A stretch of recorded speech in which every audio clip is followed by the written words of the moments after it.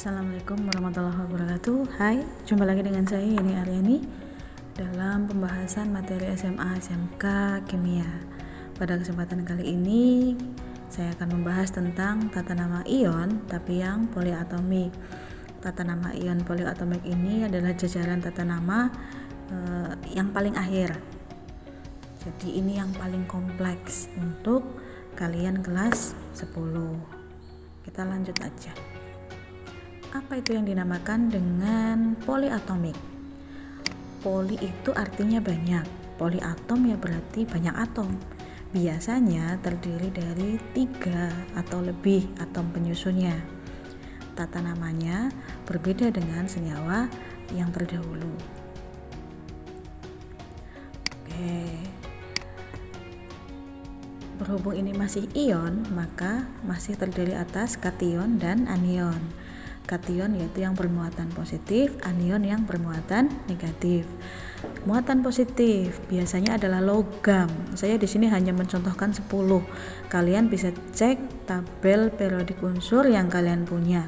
Semua yang logam itu adalah kation. Contoh di sini Na+, natrium, K+, kalium dan yang lain sebagainya. Kalian biasanya akan tanya, ini ada plus-plusnya, di sini kok nggak ada kurungnya. Ini ada plus-plusnya, kok ini ada kurungnya. Itu sudah saya jelaskan di pertemuan yang lalu. Di tabel periodik unsur itu ada yang namanya tingkat oksidasi. Tingkat oksidasi suatu unsur yang nilainya lebih dari 1, maka dia wajib mencantumkan. Contoh timbal. Timbal itu tingkat oksidasinya ada 2. Di situ tertulis Pb2,4. Nah, artinya timbal itu bisa bermuatan 2 positif, bisa bermuatan 4 positif. Maka namanya wajib ditulis untuk menghindari kesalahan. Tapi kalau Na, K, Mg, Ca, Al, dia di tabelnya itu hanya mempunyai 1 saja tingkat oksidasinya. Na hanya punya tingkat oksidasi 1, K 1, Mg punya angka tingkat oksidasinya 2. Maka di sini nggak perlu lagi ditulis pakai tanda kurungnya. Untuk lebih jelasnya lagi, cek tabel periodik unsur kalian masing-masing. Nah, di sini nih, biasanya di bagian atas ini ada keterangannya, ya. Tingkat oksidasinya berapa? Kalau hanya ada 1 jenis saja, nggak usah pakai tanda kurung. Tapi kalau lebih dari 1 jenis, wajib menggunakan tanda kurung. Kemudian cara carinya di sini nih. Nah, ini ada tulisan tingkat oksidasi. Kebetulan Zn di sini ada angka 2. Angka 2 ini bukan berarti dia punya tingkat oksidasinya 2 jenis, tidak.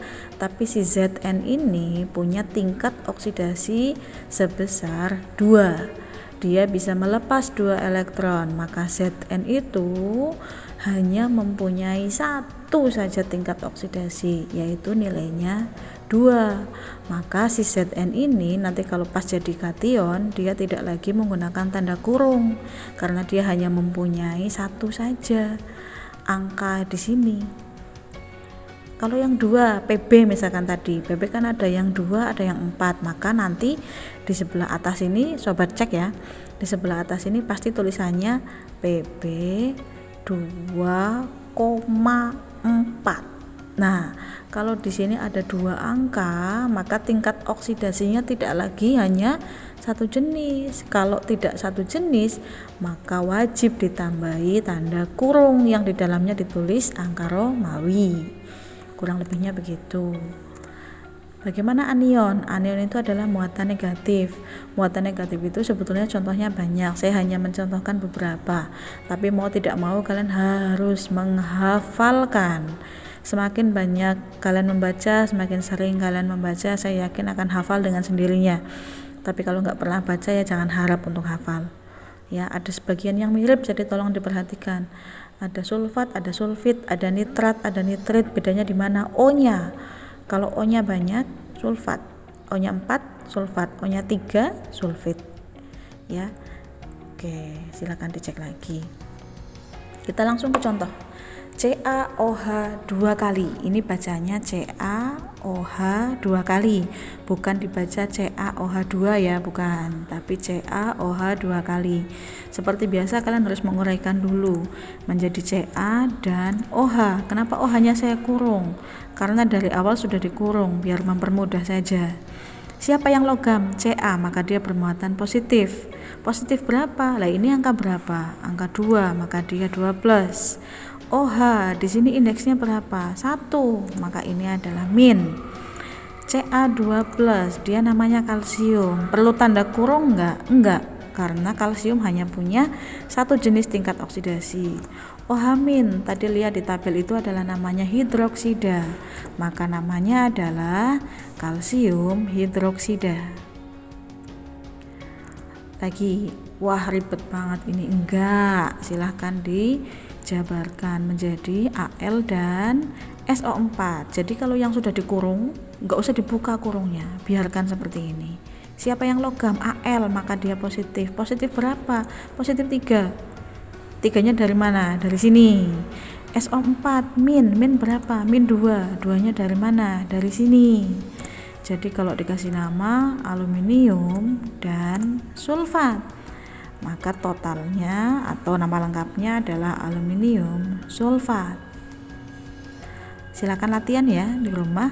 Wah, yang ketiga mumeti, enggak, silakan dicoba di utak-atik nanti akan terbiasa.